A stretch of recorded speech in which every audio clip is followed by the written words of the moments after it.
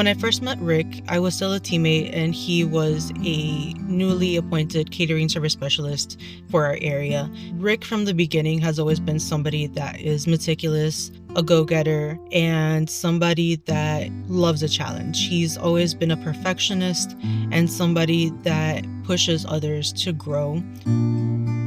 Rick, for me, has been like a father figure. He has helped me professionally and personally in my life. For me, Rick has shown his servant's heart. When I was taking my grandmother to dialysis, he would make sure that I had the time to be able to do that. And that was really important for me because I was one of the primary caregivers for her. To this day, Rick still makes sure that he checks in on me and my family, and he makes sure that I'm okay mentally and I'm okay, at home, in my professional work life as well. He's always pushed for my financial literacy, and he's also one of the main reasons that I actually have grown within the company as far as becoming a servant heart leader.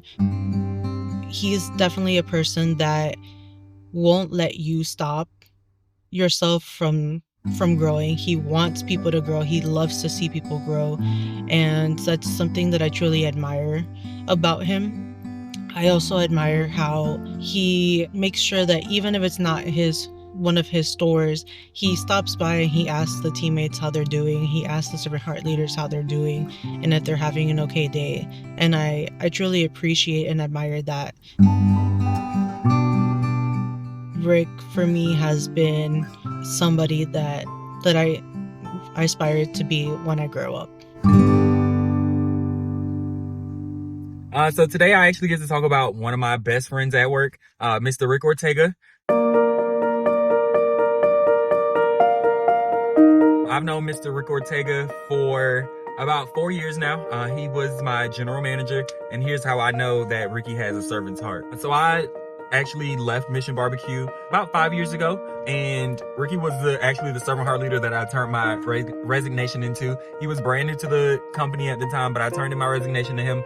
And then about 6 months later, I got a phone call asking me to come back and just be a regular teammate. So I decided to come back because Rick was no longer just a servant heart leader. He was the guy in charge. He was Jefe. He was the general manager. So I took a leap of faith and came back to Mission Barbecue. And shortly thereafter, Rick convinced me to become a kitchen servant heart leader. So I had expressed some interest in being a servant heart leader in the front of house. And Rick basically flat out told me, like, I can't develop you anymore in the kitchen because you know pretty much all there is to know. But when you're fully ready to come in the front of house, I'm all in on you. I'll teach you any and everything that it is you need to know. And shortly thereafter, the Doral location opened. Once the Doral location opened, I was kind of handpicked by Rick to go down and be a part of the trailer with him. And the only reason he kind of handpicked me was because he remembered the conversations that we had before. He remembered my conversations with him about wanting to become a servant heart leader. He knew this was like the perfect opportunity for him to be able to pour into me and be able to teach me everything that he could possibly teach me from start to finish.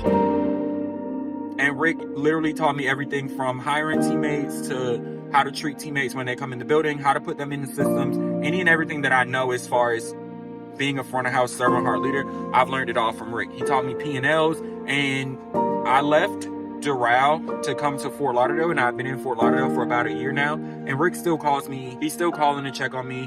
He's still pouring into me, even though it's from afar or maybe over the phone. But Rick still is invested in me, and I love you forever, Rick.